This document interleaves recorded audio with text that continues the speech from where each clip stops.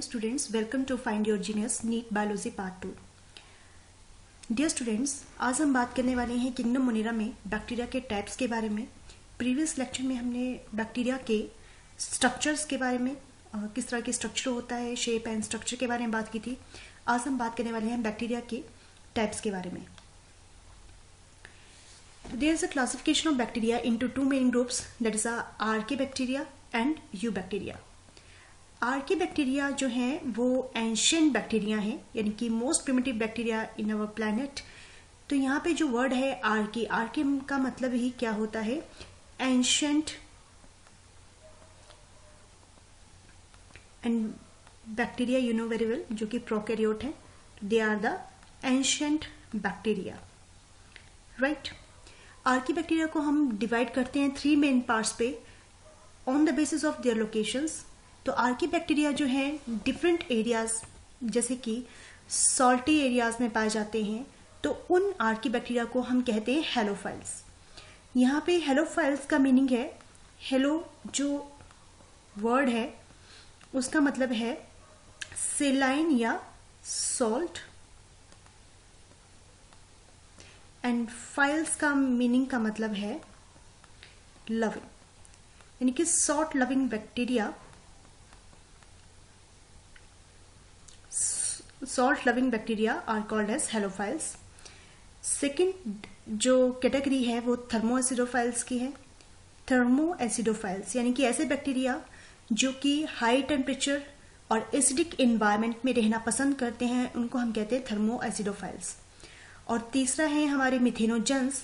Methanogens वो archaebacteria जो कि मीथेन गैस प्रोडक्शन करते हैं. तो इन तीनों के बारे में हम बात करते हैं डिटेल में. नेक्स्ट जो टाइप है इसकी वो है यूबैक्टीरिया. यूबैक्टीरिया को हम ट्रू बैक्टीरिया भी कहते हैं. Eubacteria, there is a meaning of eu is true, true bacteria. Eubacteria को हम कैटेगराइज करते हैं उनके न्यूट्रिशन के बेसिस के ऊपर. तो पहला न्यूट्रिशन जो है वो है autotrophic nutrition and second is a heterotrophic nutrition. तो यूबैक्टीरिया जो ऑटोट्रॉप्स होते हैं, ऑटोट्रॉप्स का मतलब क्या होता है, auto means self and trophs means nutrition. जो अपना खाना खुद बना सकते हैं उनको हम कहते हैं सेल्फ न्यूट्रिशन, यानी कि ऑटोट्रॉफिक ऑर्गेनिजम्स. तो यहाँ पे बैक्टीरिया है ऑटोट्रॉप्स. तो जो खाना खुद बनाते हैं उनको भी हम डिवाइड करते हैं दो मेन पार्ट्स में. या तो वो अपना खाना फोटोसिंथेसिस यानी कि लाइट की प्रेजेंस में, photo means light and synthesis मतलब टू प्रिपेयर, जो लाइट की प्रेजेंस में अपना खाना खुद बना सकते हैं उनको हम कहते हैं फोटो ऑटोट्रॉप्स या फोटोसिंथेटिक ऑटोट्रॉफिक बैक्टीरिया. और दूसरी जो टाइप्स है वो है कीमोसिंथेटिक ऑटोट्रॉप्स. कीमोसिंथेटिक ऑटोट्रॉप्स वो होते हैं जो कि अपना खाना खुद तो बनाते हैं बट ये लाइट का यूज ना करते हुए अपना खाना खुद बना सकते हैं, जैसे कि इनऑर्गेनिक रॉ मटेरियल का यूज करके ये ऑर्गेनिक रॉ मटेरियल में बदल देते हैं, कन्वर्ट कर सकते हैं. उनको हम कहते हैं कीमोसिंथेटिक ऑटोट्रॉप्स. सेकेंड बात करते हैं हेटेरोट्रॉप्स की. Hetero means different and trophs means nutrition, यानी कि डिफरेंट ऑर्गेनिज्म से न्यूट्रिशन लेने वाले बैक्टीरिया जो है वो हेटेरोट्रॉप्स कहलाएंगे. हेटेरोट्रॉप्स को भी हम दो पार्ट्स में डिवाइड करते हैं. वैसे हेटेरोट्रॉप्स की बारे में आप पहले से भी जानते होंगे. यहाँ पे बैक्टीरिया के बारे में बात हो रही है. तो some of the bacteria are parasitic in nature, जो पैरासिटिकली दूसरों से अपना न्यूट्रिशन लेंगे, एंड दूसरे होंगे सैप्रोफिटिक, जो कि डेड डिकेइंग ऑर्गेनिक मैटर से अपना खाना ऑब्टेन करेंगे, वो होंगे सैप्रोफिटिक बैक्टीरिया. तो there is a classification of bacteria, right, archae and eubacteria. तो पहले हम बात करते हैं यहाँ पे आर्की बैक्टीरिया के बारे में, जहां से बहुत सारे क्वेश्चंस आ चुके हैं. तो that is a very much important topic of this chapter Archie bacteria. तो बात करते हैं आर्की बैक्टीरिया के बारे में. जैसे कि मैंने आपसे पहले भी कहा था कि आर्की बैक्टीरिया जो हैं वो मतलब ऐसे हैबिटेट्स में रहते हैं जो कि हार्शेस्ट हैबिटेट्स होते हैं या एक्सट्रीम इन्वायरमेंट्स होती हैं. ये मैंने पिछले वीडियो में भी आपको बताया था. तो they are live in harshest habitat such as extreme salty areas. जो बैक्टीरिया एक्सट्रीम सॉल्टी एरियाज में रहेंगे उनको हम हेलोफाइल्स कहेंगे. जो हॉट स्प्रिंग्स में पाए जाएंगे, जहाँ पे टेम्परेचर ज़्यादा है या एसिडिक नेचर ज़्यादा है तो उनको हम कहेंगे थर्मो एसिडोफाइल्स। मेन बात यहाँ पे ध्यान रखनी है, थर्मो और एसिडो वर्ड, यानी कि high temperature plus acidic pH है, तो ऐसे जगह पे जो बैक्टीरिया पाए जाएंगे उनको हम कहेंगे thermo acidophiles. And marshy areas, जो मार्शी एरियाज या स्वैम्प्स एरिया में पाए जाएंगे उनको हम कहेंगे मिथेनोजन्स। डियर स्टूडेंट, इसके बारे में हम आगे बात करते हैं। मार्शी एरिया, स्वैम्प्स एरिया में ये रह के क्या करते हैं, बैक्टीरिया मिथेन गैस प्रोडक्शन करते हैं, डेट इज वाई इनको हम मिथेनोजन्स भी कहते हैं। और साथ ही साथ ये बैक्टीरिया एनिमल्स के, मतलब रूमिनेंट एनिमल्स के गट में पाए जाते हैं, जहाँ पे ये क्या करते हैं, मतलब मिथेन गैस की प्रोडक्शन करते हैं। That is why they are called as methanogens. बात ये आती है कि आर्के बैक्टीरिया जो हैं, यानी कि इस तरह के हार्श हैबिटेट्स में रहते हैं, डिफरेंट एरिया में रहते हैं, तो वो इस हार्शेस्ट हैबिटेट्स में कैसे सर्वाइव कर पाते हैं। तो मेन पॉइंट यहाँ पे आता है कि आर्के बैक्टीरिया जो है वो यू बैक्टीरिया से काफ़ी डिफरेंट है, बहुत सारी चीज़ों में डिफरेंट है। तो पहली बात हमारी यहाँ पे आती है कि archaebacteria have different cell wall structure for their survival in extreme conditions. बोलने का मतलब है कि आर्के बैक्टीरिया की सेल वॉल जो है वो किस चीज से बनी है। तो मैं आपको बता दूं, हमने प्रीवियस वीडियो में भी ये देखा था कि जो बैक्टीरियल सेल की सेल वॉल होती है वो पेप्टिडोग्लाइकन से बनी होती है। पर मेन पॉइंट यहाँ पे आर्के बैक्टीरिया के पास आता है कि आर्के बैक्टीरिया की सेल वॉल पेप्टिडोग्लाइकन से नहीं बनी है। That is very much important point for you, please notice this point कि आर्के बैक्टीरिया के जो सेल वॉल है उसमें पेप्टिडोग्लाइकन नहीं होता। तो आप इसको नोट डाउन कर सकते हैं कि cell wall lack both peptidoglycan as well as cellulose. Yes right, cellulose भी नहीं होता है। पर मेरा आपका क्वेश्चन ये प्रीवियस नीट के एग्जाम में आ चुका है कि archaebacteria lack which of the following, तो उसमें से आपका आंसर आता है पेप्टिडोग्लाइकन, राइट। दूसरी बात ये है कि इसकी अगर सेल वॉल पेप्टिडोग्लाइकन से नहीं बनी है तो किस चीज से बनी है। तो आर्के बैक्टीरिया की सेल वॉल जो है वो बनी है non cellulosic polysaccharides and protein से। किससे बनी है, please note down, non cellulosic polysaccharides and protein से बनी है। दूसरी बात आती है सेल मेम्ब्रेन को लेकर के। तो सेल वॉल के इनसाइड जो स्ट्रक्चर होता है उसको हम कहते हैं सेल मेम्ब्रेन। ये आउटर जो है, मैं एब्रीवेटेड फॉर्म में लिख रही हूँ गाइस, तो आप इसको नोट कर सकते हैं, सेल वॉल। एंड जो इनर लेयर है वो क्या है, सेल मेम्ब्रेन है, सेल मेम्ब्रेन।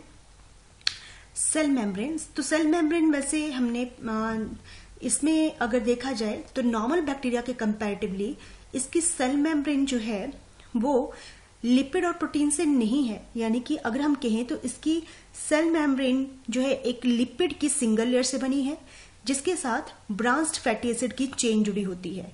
किससे बनी है cell membrane, monolayer of lipid which are attached branched fatty acid chain, right. इसकी वजह से क्या होता है, ये खास बात है सेल मेम्ब्रेन को लेकर के, जो कि बहुत इंपॉर्टेंट पॉइंट भी है आपका, कि ये जो मेम्ब्रेन है, आप जानते हैं कि नॉर्मल बैक्टीरियल सेल मेम्ब्रेन जो है वो प्रोटीन और लिपिड से बनी होती है, लेकिन यहाँ पे इसकी सेल मेम्ब्रेन जो है वो मोनोलेयर ऑफ लिपिड है जिसके साथ में अटैच्ड है branched fatty acid chain. Normal membrane क्या करता है, फ्लूइडिटी देता है, राइट। लेकिन आर्के बैक्टीरिया की मेम्ब्रेन जो है वो फ्लूइडिटी को डिक्रीज कर रहा है। तो ध्यान आपने रखना है कि सेल मेम्ब्रेन जो है वो क्या कर रहा है, डिक्रीज कर रहा है फ्लूइडिटी को, राइट, डिक्रीज कर रहा है किसको, फ्लूइडिटी को।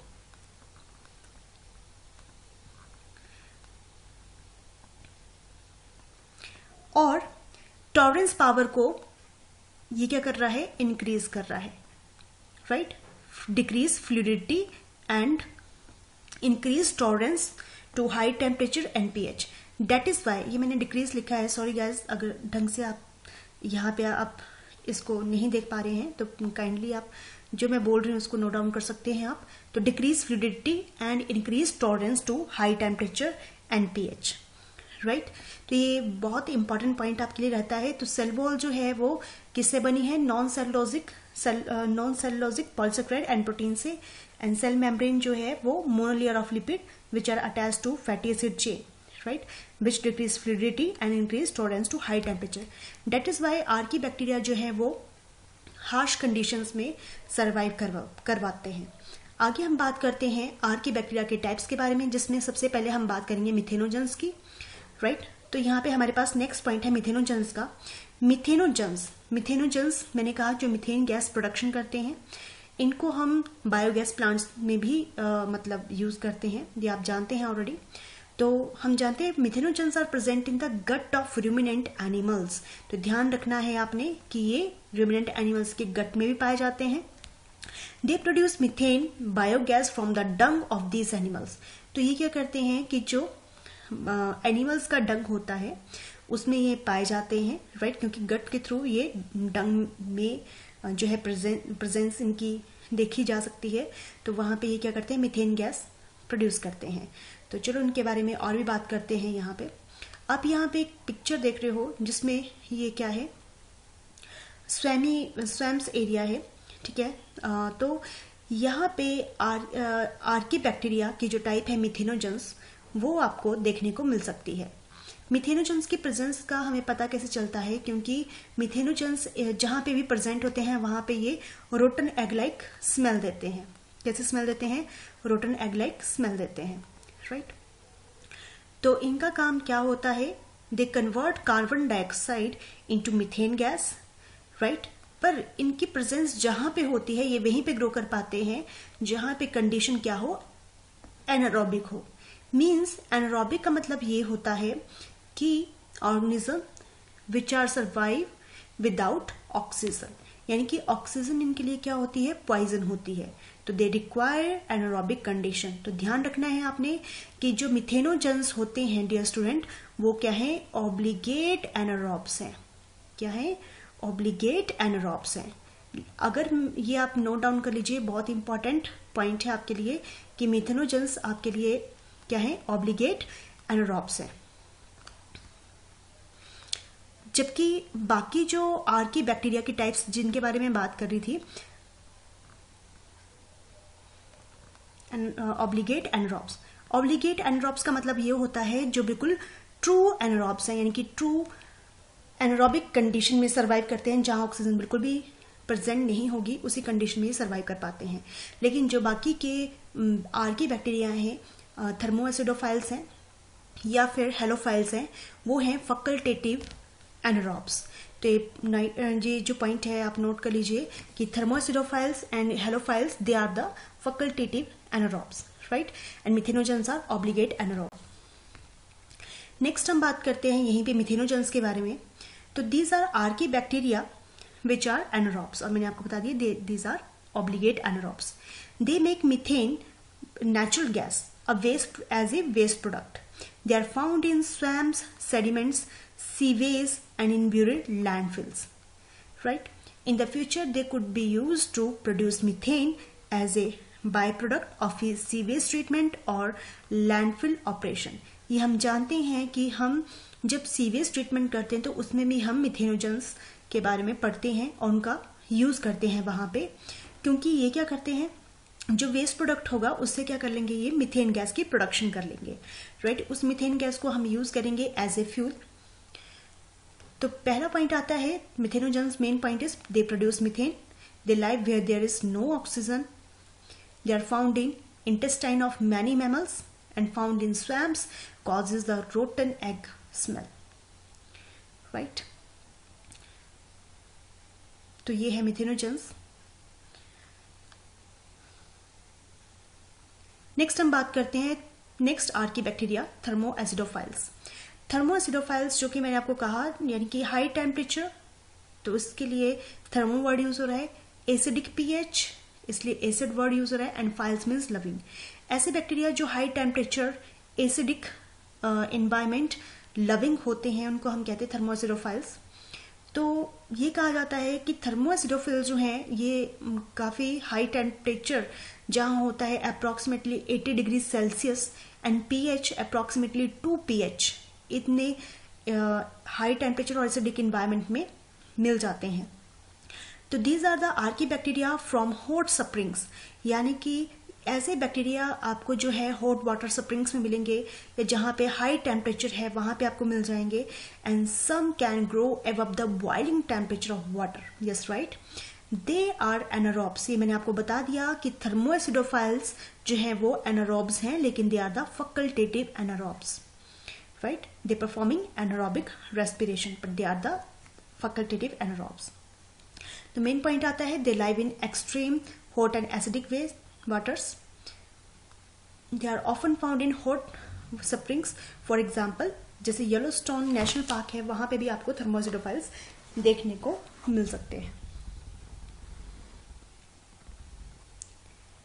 नेक्स्ट हम बात करते हैं एक्सट्रीम हेलोफाइल्स के बारे में।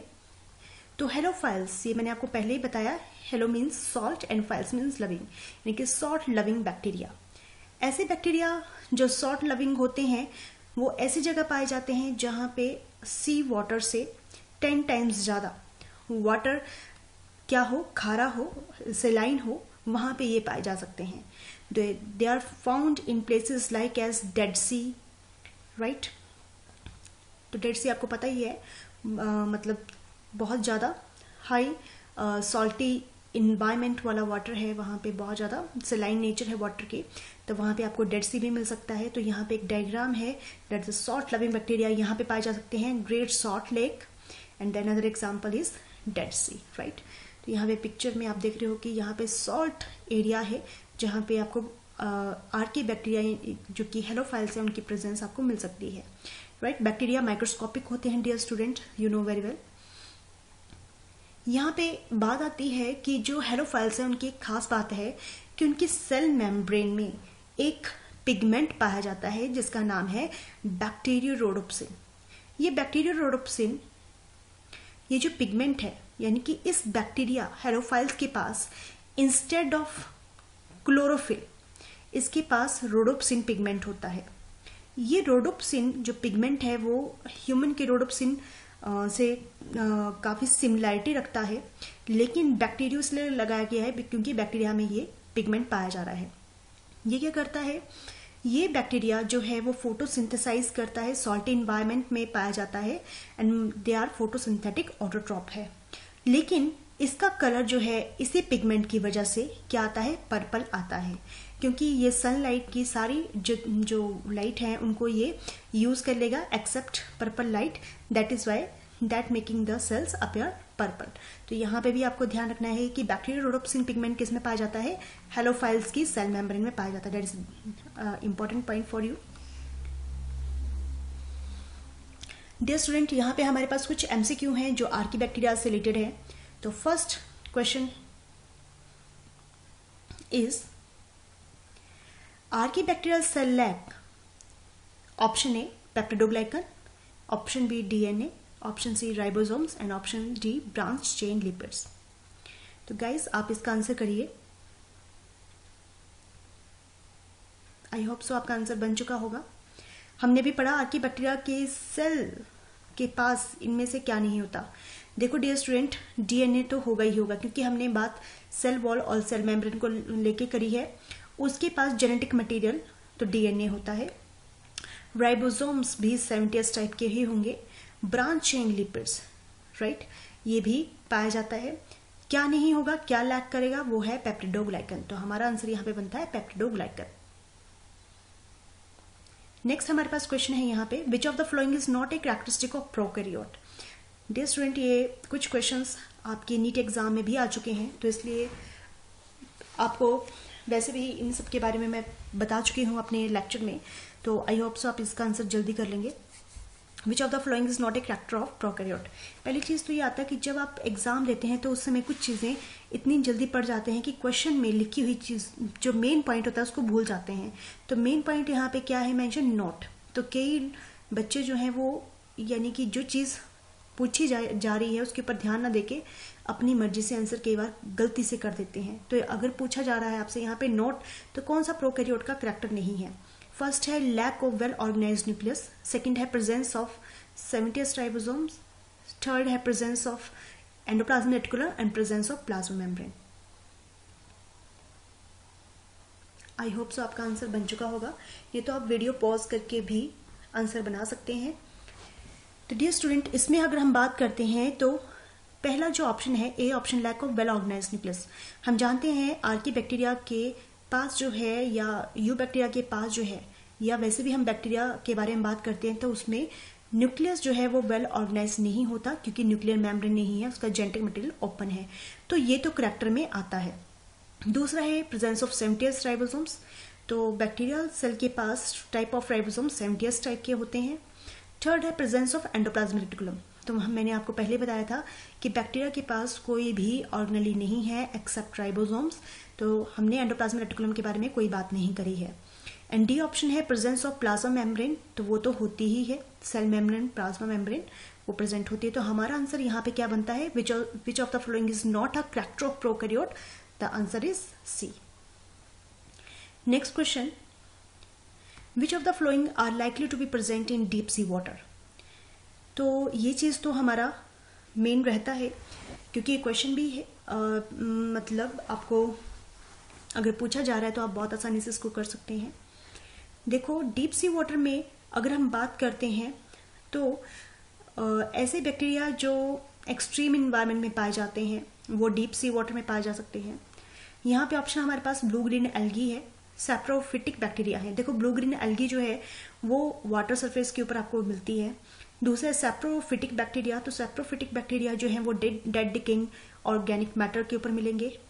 सी है आर्के बैक्टीरिया। आर्के बैक्टीरिया के बारे में अभी अभी हमने पढ़ा, जो कि एंशिएंट बैक्टीरिया है, एक्सट्रीम इन्वायरमेंट में पाए जाते हैं। एंड डी है यू बैक्टीरिया, ट्रू बैक्टीरिया। तो यू बैक्टीरिया की आपने टाइप्स में पढ़ा था कि some of the heterotrophs and some of the autotrophs. तो इनके बारे में तो हमने बात ही नहीं करी कि ये एक्सट्रीम इन्वायरमेंट में होंगे, ये नॉर्मल इन्वायरमेंट में रहते हैं डिपेंडिंग अपॉन दियर न्यूट्रिशन। तो यहाँ पे हमारा जो आंसर बनता है, क्योंकि एक्सट्रीम इन्वायरमेंट या डीप सी वाटर जहाँ पे अदर ऑर्गेनिजम्स जो है वो नॉर्मली नहीं मिल पाएंगे, तो यहाँ पे कौन मिल सकता है, आर्की बैक्टीरिया मिल सकता है। तो यस, तो यहाँ पे हमारा आंसर जो बनता है वो बनता है आर्के बैक्टीरिया, राइट। तो guys these are some of the questions related to Archaebacteria. Thank you for watching this video. अगर आपको कोई क्वेश्चन या कोई कंटेंट समझ में ना आया हो तो आप मेरे से कमेंट सेक्शन में जाके पूछ सकते हैं। Thank you very